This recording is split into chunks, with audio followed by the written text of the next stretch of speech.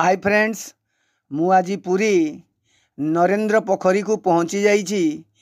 जो पोखरी रे भगवान कालिया बलभद्र स्नान पूर्णिमा दिन स्नान करती एवं तांको स्नान करिवा परे सी जरे पड़ी जाती।